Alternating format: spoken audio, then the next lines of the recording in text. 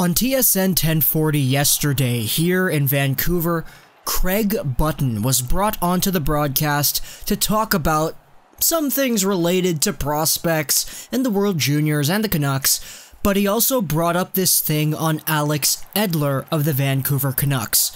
Now yesterday I initially heard this on the radio, but it's also on Twitter, so I'll just show you guys the tweet here on TSN's Twitter page. Craig Button on Alex Edler. Is it a conditional first-round pick? Do you try to pry a young D-man out of their group? There will be no lack of suitors for Alex Edler. He can play 20-plus minutes, he's got a big shot from the point, and he's been there, done that before. Then he talked about Edler and the Toronto Maple Leafs.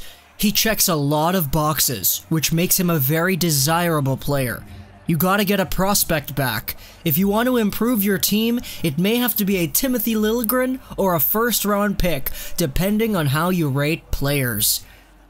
And I saw two main reactions from this. Because I'm a Canucks fan, and I'm also a Leafs fan. Granted, I haven't really been making all too many Leafs videos recently. This is like the first one since the Levo trade, and if you go back even further, there was Pettersson versus Marner, and then Ian Scott talking about him. But Edler for Liljegren. This is what Craig Button sort of implies could be a possibility.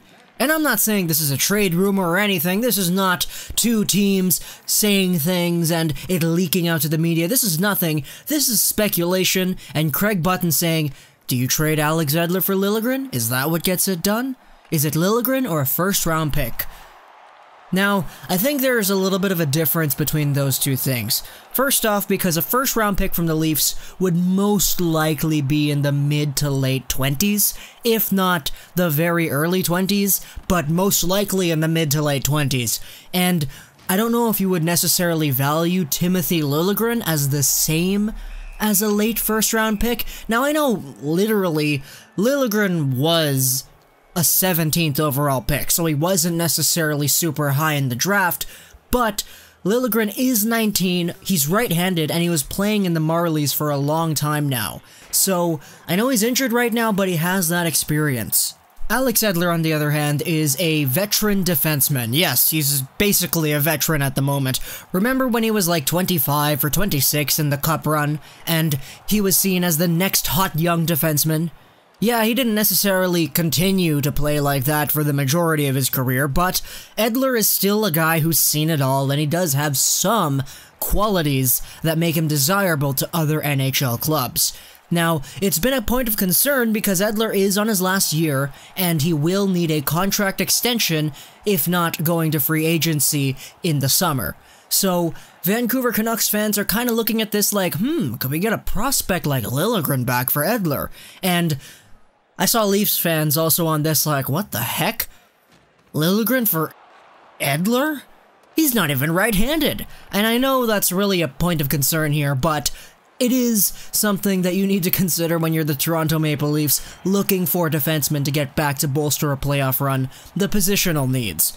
Which is why names like Goodbranson and Tanev have been presenting themselves in Leafs trade rumors for the past, seems like forever in my mind, because they're both right-handed defensemen that do provide some value. Goodbranson, physical force, big hits, not really anything else, if I'm gonna be honest. And Chris Tanev, really good defensive player, probably the best Canuck in his own zone out of all of them, but this one's about Alex Edler, and Craig Button brought it up. If we're gonna do something like a swap of these two Swedish defensemen, then I think the Leafs really would benefit from having an Alexander Edler.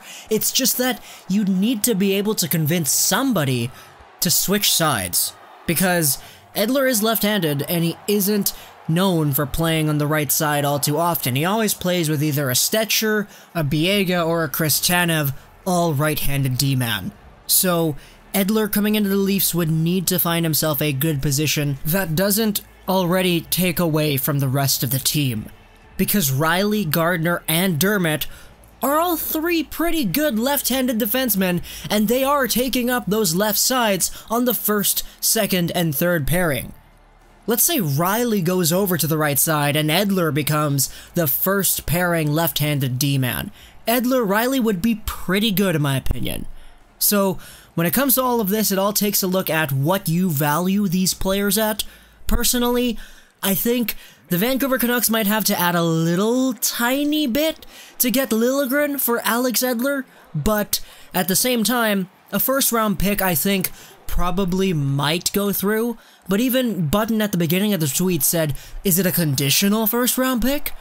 And, you know, there's a lot of debate as to what things would cost, but market value changes basically every day. So, going over something like this, I think it's somewhat unfair, but at the same time, I think it does bring up some interesting discussion. Because if Liljegren comes to the Canucks, then my gosh, that's great. Another right-handed defenseman to play in front of Jet Wu and to most likely play on Quinn Hughes' defensive pair. That would be amazing. Just the Americans and the Swedes in the power play, Liljegren, Hughes, Pettersson, Besser, and then Horvat.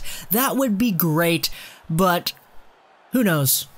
Who really knows? Craig Button, you got at it again, and he's caused another stir within the hockey world.